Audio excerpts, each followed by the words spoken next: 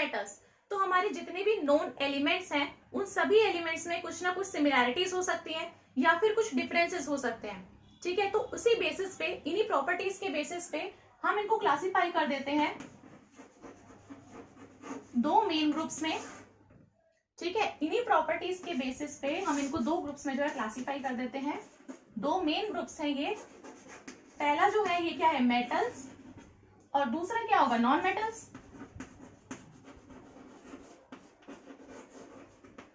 ठीक है, तो हो सकता है कुछ एक तरीके के एलिमेंट्स इस तरीके से हो जिनकी प्रॉपर्टीज एक जैसी हो तो उनको हम इस ग्रुप में डाल देंगे, उनकी प्रॉपर्टीज एक जैसी होगी तो हम उस ग्रुप में डाल देंगे। इस तरीके से जो है क्लासिफिकेशन हो जाता है।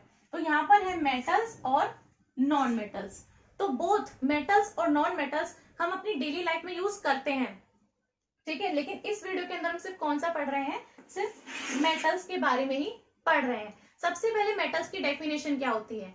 Metals are the elements except hydrogen which form ions by losing electrons, या फिर हम कह सकते हैं बाय डोनेटिंग इलेक्ट्रॉन्स। ठीक है, तो मेटल्स जो हैं वो मेरे कौन से एलिमेंट्स होंगे जो आयंस फॉर्म करेंगे, आयंस फॉर्म करेंगे, यानी कि Na+ हो सकता है, Mg+ हो सकता है, Mg2+, या फिर एल्यूमिनियम 3+ हो सकता है। ये सारे क्या है, मेरे आयंस ही हैं। क्योंकि ये कैसे बने होंगे, सोडियम ने मेरा 1 इलेक्ट्रॉन दिया होगा तो Na+ बन गया, मैग्नीशियम ने 2 इलेक्ट्रॉन दिए होंगे तो Mg2+ मेरा आयन बन गया, एल्यूमिनियम ने 3 इलेक्ट्रॉन दिए होंगे तो वो एल्यूमिनियम 3+ बन गया।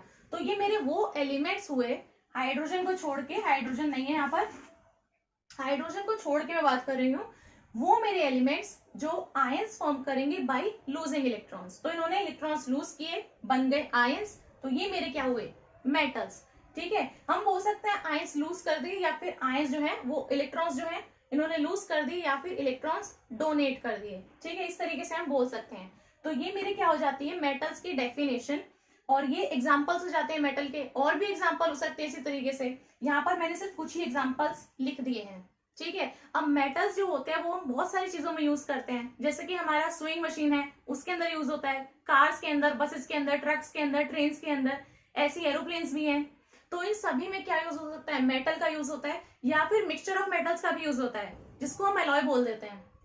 मतलब एक से ज्यादा हमारे जो है, एक मेटल भी जुड़ गया, दूसरा मेटल भी जोड़ दिया, तो वो मेरा क्या बना देता है, एलॉय बना देता है। ठीक है, तो मिक्सचर ऑफ मेटल्स हो सकता है। तो इन सब चीजों का जो है किसमें यूज हो रहा है, मेटल्स की वजह से हम यूज कर पा रहे हैं। ठीक है ना, तो डेली यूज में भी हम मेटल्स का यूज कर देते हैं। अभी हम देख लेते हैं फिजिकल प्रॉपर्टीज ऑफ मेटल्स। ये हमने पढ़ लिया मेटल की डेफिनेशन, जो कि आयंस फॉर्म करते हैं इलेक्ट्रॉन्स लूज करके। ये उसके कुछ एग्जांपल हो गए। अभी हम आगे भी देखेंगे इसकी प्रॉपर्टीज के अंदर कौन कौन से हमारे पास में मेटल्स हैं। तो फिलहाल हम जो है इसी चीज की बात कर रहे हैं, सिर्फ मेटल्स वाले पोर्शन की। ठीक है, तो अभी हम देख लेते हैं फिजिकल प्रॉपर्टीज क्या है मेटल्स की विद एक्सप्लेनेशन। तो मेटल्स की जो फर्स्ट प्रॉपर्टी है ये क्या है कि मेटल्स मेलिएबल होते हैं। अब मेलिएबल का मतलब क्या है, that they can be beaten with hammer into thin sheets without breaking. तो बिना उसको ब्रेक किए हम हैमर से उसको पीट पीट के थिन शीट्स में कन्वर्ट कर सकते हैं। सपोज अगर मैंने एल्यूमिनियम का एक पीस लिया, उसको हम हैमर से क्या कर सकते हैं, मार मार के ना उसकी एक थिन शीट बना सकते हैं। तो ये कैसी बन जाएगी, एक थिन मेरे पास में शीट बन के आ जाएगी। तो ये मेरे पास में क्या बन जाएगा, एल्यूमिनियम की शीट। तो वो मेरे मेटल्स कहलाएंगे जिनको हम हैमर से मार के शीट्स में कन्वर्ट कर सकते हैं, और विदाउट ब्रेकिंग, वो ब्रेक भी नहीं होना चाहिए। ठीक है ना, तो ये मेरे क्या होंगे, मेटल्स होंगे। और ये जो ये प्रॉपर्टी शो करते हैं, ये जो प्रॉपर्टी ये दिखा रहे हैं, this property which allows metal to be beaten with hammer into thin sheet is called malleability। तो ये जो प्रॉपर्टी ये शो कर रहे हैं, इसको हम क्या बोल सकते हैं, malleability। ये प्रॉपर्टी है इसकी कि हम इसको हैमर से जो है बीट करके थिन शीट्स में कन्वर्ट कर पा रहे हैं, और विदाउट ब्रेकिंग, इसी चीज को हम बोल देते हैं malleability। इसका एग्जाम्पल आप देख सकते हो, गोल्ड ले लो, कॉपर ले लो, सिल्वर ले सकते हो। इसी तरीके से आपके पास में कौन सी होती है, एल्यूमिनियम की होती है। तो एल्यूमिनियम फॉइल जो है ये हम घर में भी यूज करते हैं। आप देख सकते हो आपके पास में भी इस तरीके से एक फॉइल होगी, ये क्या है, एल्यूमिनियम की फॉइल है। इसको हम क्या बोल देते हैं, जब एल्यूमिनियम की हमने शीट्स बना दी तो उन्हीं को हम फॉइल बोल देते हैं। तो ये एल्यूमिनियम फॉइल है। ऐसे ही जो हमारी सिल्वर होती है, सिल्वर की जो शीट्स होती हैं, सिल्वर उनको हम किस में यूज करते हैं, स्वीट्स की डेकोरेशन में यूज करते हैं। जो हमारी बर्फी होती है उसके ऊपर क्या लगा होता है, सिल्वर, उसकी शीट होती है, बहुत ज्यादा पतली होती है, तो इसलिए वो भी हमारा एक एग्जाम्पल हो जाता है। ऐसी गोल्ड की भी होती हैं, ऐसे किसकी होती हैं, कॉपर की भी शीट्स होती हैं। कॉपर की जो शीट्स होती हैं वो यूटेंसिल्स में यूज होती हैं, ठीक है ना, बर्तन वगैरह में यूज होती हैं। तो ये सब क्या हो जाते हैं इसके एग्जाम्पल्स। अब हम देख लेते हैं इसकी सेकेंड प्रॉपर्टी। सेकेंड जो प्रॉपर्टी आती है मेटल्स की, इसमें वो कहता है कि मेटल्स जो है वो डक्टाइल है। अब डक्टाइल का मतलब क्या है, that they can B drawn into thin wires. तो मतलब हम उस मेटल से एक थिन वायर में उसको कन्वर्ट कर सकते हैं, तो पतले पतले हम उसके तार बना सकते हैं, ठीक है। इसका एग्जांपल आप देख सकते हो, कॉपर है, एल्यूमिनियम है, इसके अलावा आयरन है, इसके अलावा मैग्नीशियम भी है, ठीक है ना, और इसके अलावा टंगस्टन भी हो सकता है। तो ये वाली भी जो प्रॉपर्टी है ये क्या है, डक्टिलिटी है। जैसे पहले मेलिएबल होता है तो मतलब मेलिएबिलिटी है, ऐसे ही the properties which allows metal to be drawn into thin wires is called ductility. तो ये वाली जो मेरी प्रॉपर्टी है मेटल्स की, क्योंकि मैं यहाँ पे प्रॉपर्टीज को बता रही हूँ, ये तो बता रहा है कि वो डक्टाइल है, लेकिन उस प्रॉपर्टी को क्या बोलेंगे, मैलिएबिलिटी, इस प्रॉपर्टी को क्या बोलेंगे, डक्टिलिटी। तो इस चीज को हम बोलते हैं। तो यहाँ पर ये क्या बता रहा है कि इसकी जो प्रॉपर्टी है वो क्या है, सेकेंड, डक्टिलिटी, कि वो डक्टाइल है, ठीक है ना। डक्टाइल का मतलब क्या है कि अगर मेरे पास में सपोज इसका कोई भी पीस होगा तो हम इसको कन्वर्ट कर सकते हैं थिन वायर के अंदर, तो हम इसके बना सकते हैं तार। तो जो कॉपर का वायर है, एल्यूमिनियम के वायर्स हैं, ये हमारे घर के अंदर इस तरीके से जो वायर्स होते हैं, आप देख सकते हैं यहाँ पर ये क्या है, कॉपर का वायर है। तो इलेक्ट्रिक वायर जो होते हैं वो इन्हीं के बनते हैं। और इसके अलावा मैग्नीशियम वायर जो होता है वो लेबोरेटरी में यूज होता है, साइंस लैब के अंदर यूज होता है।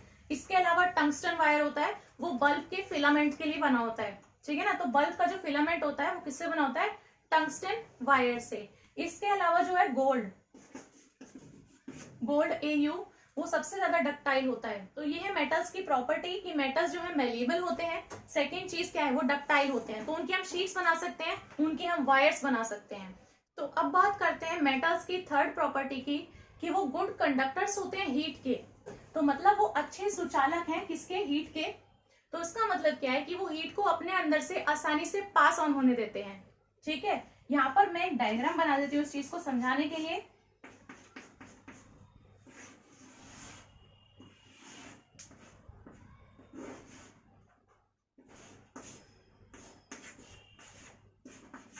ठीक है, तो ये रफ डायग्राम है इस तरीके से।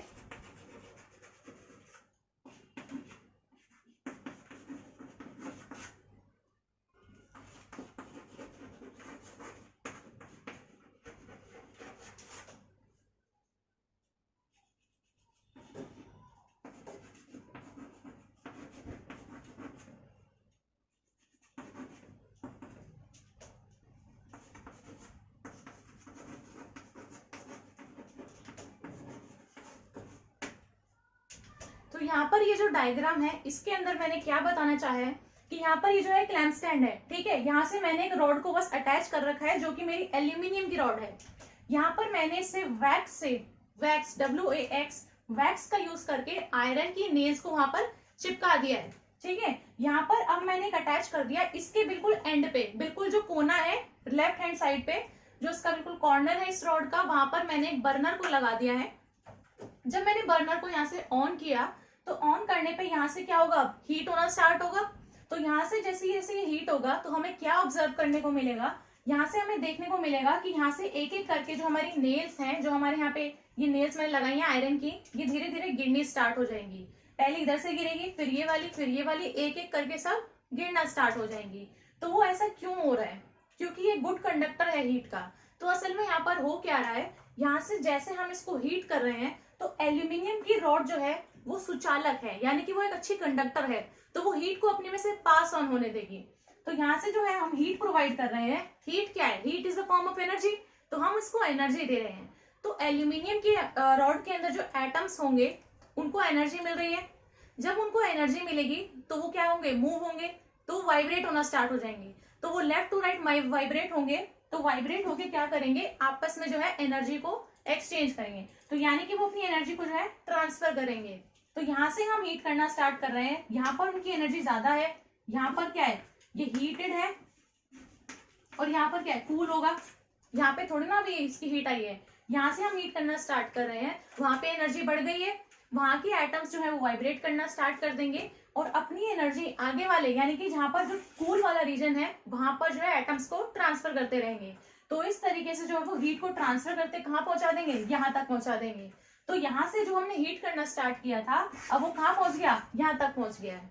तो इस तरीके से हमने जो उसको हीट प्रोवाइड की थी, एटम्स वाइब्रेट होंगे, अपने अंदर से क्या करेंगे, एनर्जी को ट्रांसफर करेंगे। तो एनर्जी ट्रांसफर करते करते वो धीरे धीरे कहाँ तक चली जाएगी, इस पूरी रॉड के ऊपर। तो क्योंकि ये गुड कंडक्टर है हीट का, ये सिर्फ इसीलिए हो पा रहा था।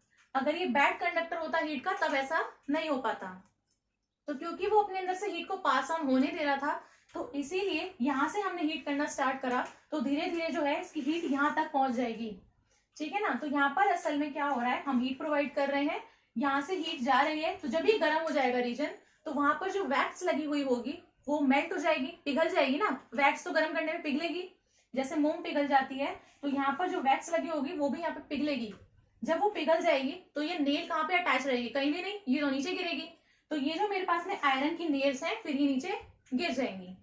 फिर हीट जो होगी वो धीरे धीरे यहाँ तक बढ़ेगी, तो यहाँ से भी मेरी नेल गिर जाएगी। तो धीरे धीरे जैसे मेरी हीट यहाँ तक पहुंचेगी ट्रांसफर होते होते, तो यहाँ पर जो नेल्स मौजूद होंगी वो भी क्या होंगी, नीचे गिर जाएंगी। तो इसीलिए हमें पता चल रहा है कि ये एक अच्छा कंडक्टर है हीट का, क्योंकि यहाँ पर अगर मैं इसको हीट करना स्टार्ट कर दूं और इसके आसपास में कोई नेल होगी तो हो सकता है वो उसी की हीट की वजह से गिर रही हो। लेकिन जो नेल इतनी दूर है इस बर्नर से, वो कब गिरेगी, जब ये अच्छा सुचालक होगा, है ना, अच्छा कंडक्टर होगा इस चीज का, तभी तो वो यहाँ से लेके यहाँ तक हीट को आने देगा। और जब हीट यहाँ से यहाँ तक आ रही है और नेल मेरी गिर रही है, उससे मेरे को क्या पता चल रहा है कि मेरा जो एल्यूमिनियम है वो एक गुड कंडक्टर है हीट का। तो यहाँ पर ये जो हमारा एक्सपेरिमेंट है ये क्या बताता है कि aluminium is a good conductor of heat. तो अगर हम हीट देंगे तो वो एक एंड से उसके दूसरे एंड पे हीट कर देगा पूरी की पूरी रॉड को। तो इस प्रॉपर्टी को हम क्या बोलते हैं, हीट कंडक्टिविटी। तो इस प्रॉपर्टी का नाम अब क्या हो जाएगा, जैसे हमने मैलिएबिलिटी पढ़ा, डक्टिलिटी पढ़ा, इस प्रॉपर्टी का नाम है हीट कंडक्टिविटी। ठीक है, ये इस प्रॉपर्टी का नाम है। तो इसके अंदर एग्जांपल हमारे पास में आ जाता है कॉपर और एल्यूमिनियम का। अब इस चीज का यूज किसमें है, खाना बनाने में, यूटेंसिल्स में, क्योंकि अगर वो हीट के अच्छे कंडक्टर होंगे तभी तो हमारा खाना उसके अंदर पकेगा, तभी हमारा वाटर बॉईल होगा। तो इस चीज का यूज किसमें है, कॉपर और एल्यूमिनियम का यूटेंसिल्स के अंदर। ठीक है, और इसके अलावा जो हमारा पीबी होता है, पीबी होता है लेड, एचजी होता है मरकरी, ये बिल्कुल बैड कंडक्टर्स हैं हीट के। तो ये हमारे गुड कंडक्टर्स हुए हीट के, जो कि हमारे मेटल्स हैं। ये तो मेरे बैड कंडक्टर्स हैं हीट के। ठीक है, तो ये बस समझाने के लिए था कि हमारा जो एल्यूमिनियम है वो किस तरीके से हमारा गुड कंडक्टर है हीट का। तो ये था हमारा थर्ड प्रॉपर्टी जो कि थी हमारी हीट कंडक्टिविटी। अब है हमारे पास में इसकी फोर्थ प्रॉपर्टी। जैसे ये गुड कंडक्टर ऑफ हीट है वैसे ही मैं यहाँ पे शॉर्ट में लिख देती हूँ, गुड कंडक्टर है किसके, इलेक्ट्रिसिटी के भी। गुड कंडक्टर है इलेक्ट्रिसिटी के, इसका मतलब अपने अंदर से आसानी से इलेक्ट्रिक करंट को या फिर कह सकते हैं इलेक्ट्रिसिटी को पास ऑन होने देते हैं। सपोज यहाँ पर मैं एक सर्किट बना दूं, इलेक्ट्रिक सर्किट मैंने इस तरीके से बना दिया। ठीक है, यहाँ पर सपोज करो ये सेल मैंने लगा दिया है, ये मेरा जो है ये बल्ब है, या फिर आप इसको ऐसे बना दो। ठीक है, ये मेरा बल्ब है। अब इस सेल से मैंने यहाँ पे कनेक्ट कर दिए हैं, यहाँ पर जो है इस तरीके से ये क्लिप्स, क्रोकोडाइल क्लिप इनको बोल सकते हैं। ठीक है, तो फिलहाल ये जो है ये कनेक्टेड नहीं है आपस में दोनों क्लिप्स, तो यहाँ पर मेरा जो सर्किट है वो कंप्लीट नहीं है। तो ये वाला जो मेरा बल्ब है ये नहीं जलेगा। ठीक है ना, कोई इलेक्ट्रिसिटी इस सर्किट में से पास नहीं होगी। लेकिन अगर मैं इसके बीच में कोई ऐसा एलिमेंट डाल दूं जो कि मेरा मेटल होगा, तो वो मेरी इलेक्ट्रिसिटी कंडक्ट करेगा, तो वो यहां से जो है करंट को पास ऑन होने देगा, तो करंट पूरे में जाएगा, तो इसलिए मेरा जो बल्ब होगा वो लाइट अप हो जाएगा। तो यहाँ पर अगर मैं दोनों क्लिप्स के बीच में, ठीक है, ये पूरा इस तरीके से सर्किट है। अब यहाँ पर दोनों क्लिप्स के बीच में मैं दोनों क्लिप्स को इस तरीके से अटैच कर दूं कि बीच में मैंने कुछ इस तरीके से मेटल को लगा दिए, दोनों क्लिप ऐसे लग गई। अब ये क्या है, मेरा गुड कंडक्टर हुआ इलेक्ट्रिसिटी का, तो अब ये अच्छा सुचालक है मेरा इलेक्ट्रिसिटी का। तो यहाँ पर ये बन गई मेरी शीट। अब जब हम यहाँ से स्विच को जो ऑन करेंगे, स्विच ऑन करने के बाद यहाँ से हमारा जो है करंट वो पास ऑन होना शुरू होगा। जब हमारा पूरा सर्किट कंप्लीट हो जाता है तो यहाँ पर जो मेरा बल्ब होगा वो जल जाएगा, ठीक है ना। तो यहाँ पर जब कुछ नहीं लगा हुआ था तब तो बल्ब ऑफ ही रहेगा, लेकिन जब मैंने यहाँ पे वो मेटल इस तरीके से लगा दिया, उसकी शीट मैंने यहाँ पे लगा दी, तब जो मेरा बल्ब था वो लाइट अप हो गया, बल्ब जल गया। इसका मतलब वो इलेक्ट्रिसिटी को पास होने दे रहा है। अगर मैंने यहाँ पे कुछ ऐसा वो लगा दिया होता जो अपने अंदर से इलेक्ट्रिसिटी पास नहीं होने देता, वो बैड कंडक्टर होता इलेक्ट्रिसिटी का, तब ये बल्ब जलता, तब ये नहीं जलता, क्योंकि वो यहाँ से लेके यहाँ तक के लिए अपने अंदर से इलेक्ट्रिसिटी पास होने नहीं दे रहा। तो वो यहाँ से लेके यहाँ तक इलेक्ट्रिसिटी जाएगी नहीं, तो वो बल्ब लाइट अप नहीं होएगा। तो यहाँ पर ये अपने अंदर से इलेक्ट्रिसिटी को पास ऑन होने दे रहा था, अच्छा कंडक्टर था इलेक्ट्रिसिटी का, तभी जो मेरा बल्ब है वो लाइट अप हो गया है। तो यहाँ पर ये जो वायर है ये किसका है, कॉपर का वायर है, ठीक है। और यहाँ पर ये जो मैंने इसके अंदर एलिमेंट लगाया है, ये जो मैंने मेटल का यूज करा है वो क्या है, मेरा एल्यूमिनियम है, ठीक है। तो कॉपर के वायर लिए हैं, अभी मैंने बताया ना डक्टाइल होते हैं, तो वो अच्छे कंडक्टर हैं इलेक्ट्रिसिटी के, तभी तो हमारे घर के अंदर भी यूज होते हैं इस तरीके से। अब जो ये एल्यूमिनियम की शीट है ये क्या है, ये भी गुड कंडक्टर है इलेक्ट्रिसिटी की। तो मेरा पूरा सर्किट जो है वो आराम से कंप्लीट हो गया है, अपने अंदर से इलेक्ट्रिसिटी को पास होने देगा, बल्ब जल जाएगा। जैसे मैंने ये वाला वायर दिखाया है, इसके बाहर भी आप देख सकते हो, ये जो प्लास्टिक की कोटिंग होती है, पीवीसी की कोटिंग होती है, जो हमारे होम के अंदर यूज होते हैं वायर्स, ठीक है। ये बीच में जो है ये क्या है, कॉपर का वायर है इस तरीके से, और ये बाहर है पीवीसी की कोटिंग, ताकि अगर हम इसे छू भी दें तो हमें इलेक्ट्रिक शॉक ना लगे, ठीक है ना। PVC is polyvinyl chloride. अब यहाँ पर ये था कॉपर का वायर और एल्यूमिनियम की शीट। ये प्रॉपर्टी हमें बताती है क्या, गुड कंडक्टर है इलेक्ट्रिसिटी के। एग्जाम्पल मैंने बता ही दिया है, कॉपर हो सकता है, एल्यूमिनियम हो सकता है, ठीक है। तो ये हमारे पास में हो जाता है पार्ट 4। तो जब ये गुड कंडक्टर है हीट के, तो हम इस प्रॉपर्टी को बोल रहे हैं हीट कंडक्टिविटी। तो अगर ये गुड कंडक्टर है इलेक्ट्रिसिटी के, तो हम इसको क्या बोलेंगे, इलेक्ट्रिकल कंडक्टिविटी। तो ठीक है, ये हमारे हो जाते हैं 4 प्रॉपर्टीज। पहली हमारी मैलिबिलिटी है, दूसरी हमारी डक्टिलिटी है, तीसरी क्या है, हीट कंडक्टिविटी, और चौथी क्या है हमारी इलेक्ट्रिकल कंडक्टिविटी। अब हमारे पास में आ जाती है 5वीं इसकी प्रॉपर्टी, जो कि हमारी क्या है, दे आर लस्ट्रस। इसका मतलब क्या है कि ये होंगे ब्राइट, शाइनी, जिसको हम बोल देते हैं चमक, ठीक है। तो इस प्रॉपर्टी का नाम क्या होगा, इसका होगा मेटालिक लस्टर।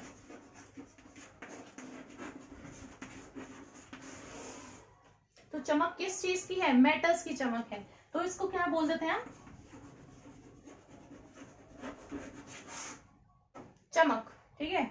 इसमें क्या हो सकता है, गोल्ड, सिल्वर, ये सब होते हैं। इनका यूज किसमें है, ज्वेलरी के अंदर, ठीक है ना। और डेकोरेटिंग हमारे जो आइटम्स होते हैं वो भी बहुत ज्यादा चमकते हैं, तो इनका यूज किसमें है, ज्वेलरी में।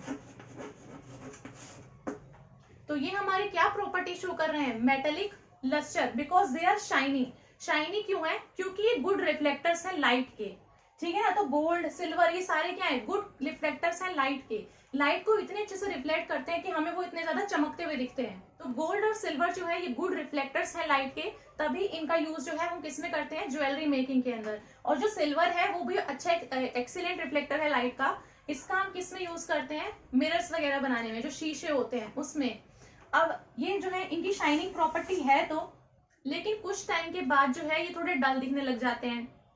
वो किस लिए होता है, क्योंकि ये बहुत लॉन्ग टाइम तक ना एयर के कांटेक्ट में रहते हैं। अगर आप गोल्ड अपने पास में पहन के रखोगे, कहीं पर भी आपने पहन रखा है, चाहे हाथ में चाहे गले में, किसी भी जगह पे, तो वो थोड़े टाइम तक जो है वो बिल्कुल शाइनी दिखेगा जब तक वो नया है। उसके कुछ टाइम बाद उसमें थोड़ी डल अपीयरेंस आने लग जाती है, क्योंकि वो क्या आता है, एयर के कॉन्टैक्ट में आता है। अब एयर के अंदर तो बहुत सारी गैसेस हैं, तो उसकी वजह से उसके ऊपर क्या बन जाती है, ऑक्साइड्स की लेयर, कार्बोनेट्स की लेयर, या फिर सल्फाइड्स की लेयर।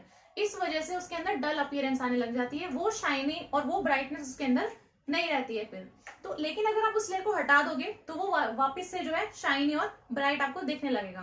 तो ये थी हमारी 5वीं इसकी प्रॉपर्टी, जो कि थी हमारी मेटेलिक लस्टर, ठीक है। लस्टर का मतलब क्या है, शाइन।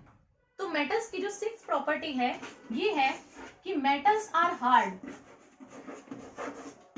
मेटल्स क्या होते हैं, हार्ड होते हैं। फॉर एग्जाम्पल कॉपर है, एल्यूमिनियम है, आयरन भी है, तो ये मेरे क्या है, हार्ड मेटल्स हैं। लेकिन कुछ एक्सेप्शंस भी हैं इसके अंदर, जैसे कि सोडियम, पोटेशियम। तो ये मेरे हार्ड होंगे, लेकिन ये एक्सेप्शन के अंदर है, इसका मतलब ये सॉफ्ट है। ठीक है, तो सोडियम तो इतना सॉफ्ट होता है कि आप उसको एक चाकू से भी काट सकते हो। तो अगर आप अभी कभी लैब में देखोगे तो वहां पर केरोसिन के अंदर अगर सोडियम पड़ा हुआ होगा तो आप उसको फिल्टर पेपर के फोल्ड्स के अंदर पूरे अच्छे से ड्राई करके उसके बाद में आप उसको एक छोटे से नाइफ से आप कट भी कर सकते हो। वो इतना सॉफ्ट होता है, आप उसको आराम से काट सकते हो। ठीक है ना, और वो भी ड्राई होना चाहिए बिल्कुल, जो आपका नाइफ है वो बिल्कुल ड्राई होना चाहिए। तो ये जो है ये हमारे क्या है, हार्ड मेटल्स हैं, और ये वाले जो है ये एक्सेप्शन है। एक्सेप्शन भी हमें पता होना चाहिए। तो सोडियम जो पोटेशियम है ये दोनों ही बहुत ज्यादा सॉफ्ट मेटल्स होते हैं। अब सातवां जो है वो क्या है, metals are strong. For example iron. Iron जो है वो हमारी कंस्ट्रक्शंस में, बिल्डिंग्स में, रेलवे लाइंस में, इन सभी चीजों में यूज होता है, ब्रिजेस बनाने में। तो आयरन की मशीन्स में भी यूज होता है। तो आयरन जो है वो मतलब बहुत ज्यादा स्ट्रांग होता है, तो बहुत ज्यादा जो है वो अपने अंदर वेट को ले सकता है। ठीक है ना, इस तरीके से वो स्ट्रांग है। लेकिन इसके अंदर भी एक्सेप्शन है, क्या है वो, सोडियम और पोटेशियम। सेम यहाँ पर एक्सेप्शन है, सेम ही चीज का एक्सेप्शन यहाँ पर भी है, क्योंकि यहाँ पर ये सॉफ्ट है तो यहाँ पर ये स्ट्रांग होएगा कैसे। तो यहाँ पर ये सॉफ्ट है और यहाँ पर ये स्ट्रांग नहीं है। स्ट्रांग कौन सा है, आयरन है हमारे पास में, और हार्ड होंगे ये वाले मेरे एक्सेप्शन के अंदर आ रहे हैं। सोडियम पोटेशियम यहाँ पर भी एक्सेप्शन है, सोडियम पोटेशियम का यहाँ पर भी एक्सेप्शन है। So metals are hard and metals are strong. तो अब जो 8th प्रॉपर्टी है मेटल्स की, वो है कि मेटल्स जो है वो क्या है, हमारे सॉलिड्स होते हैं at room temperature. Room temperature की मैं बात कर रही हूँ। रूम टेम्परेचर पे मेटल्स हमारे सॉलिड होते हैं। सारे एग्जांपल हो सकते हैं इसके अंदर जो भी पढ़े हैं, आयरन, कॉपर, एल्यूमिनियम लिख सकते हो।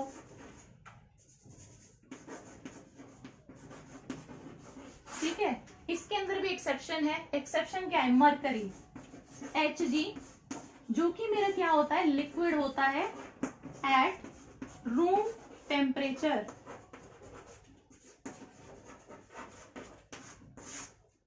तो लिक्विड जो होता है वो क्या होता है, मेरा मरकरी होता है। Mercury is Hg। तो Hg जो है वो लिक्विड होता है रूम टेम्परेचर पे, लेकिन बाकी की जो मेरे मेटल्स हैं वो सॉलिड होते हैं रूम टेम्परेचर पे। तो ये इसमें एक्सेप्शन आ जाती है। इसके अलावा 9th हमारे पास जो प्रॉपर्टी है वो क्या है, high melting point and boiling point. तो जितने भी हमारे मेटल्स हैं उनमें हाई मेल्टिंग पॉइंट और हाई बॉइलिंग पॉइंट होता है, लेकिन इसके अंदर भी एक्सेप्शन है। सेम चीज है सोडियम और पोटेशियम की। सोडियम और पोटेशियम के low melting point and low boiling point होते हैं, जबकि बाकी के जो मेटल्स हैं उनके high melting point, high boiling point होते हैं। तो ये थी हमारी 8th प्रॉपर्टी की वो सॉलिड होते हैं, और 9th प्रॉपर्टी हमारी क्या है कि हाई मेल्टिंग और बॉइलिंग पॉइंट्स हैं। Now the 10th property of metals, metals have high densities.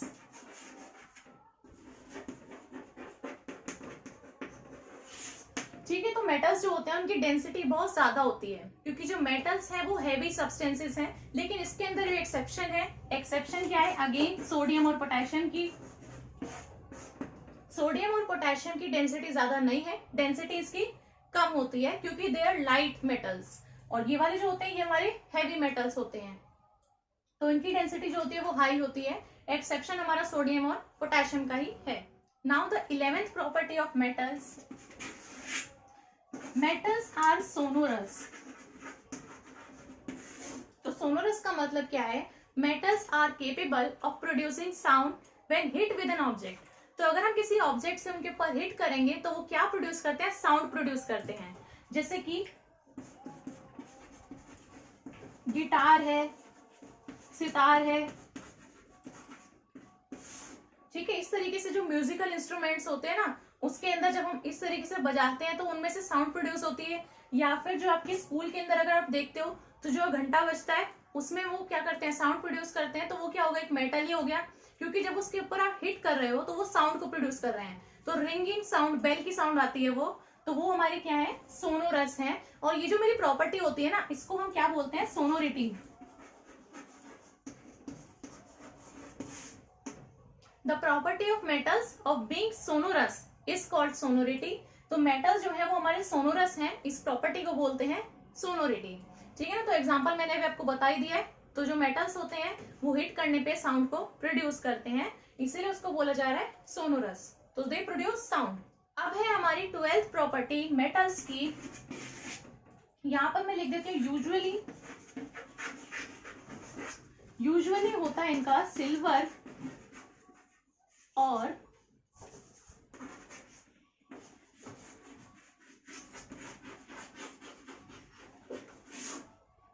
तो मेटल्स का यूजुअली कलर होता है, यूजुअली मैंने क्यों बोला है क्योंकि इसके अंदर भी एक्सेप्शंस हैं। तो यूजुअली जो कलर है वो क्या है, सिल्वर या फिर ग्रे कलर होता है। लेकिन कॉपर और गोल्ड का, तो कॉपर का अगर आप देखोगे यहाँ पर मैंने दिखा भी दिया है, ये कैसा है, थोड़ा रेडिश ब्राउन कलर है ना इसका यहाँ पे। तो कॉपर का थोड़ा रेडिश ब्राउन कलर रहता है, रेडिश ब्राउन।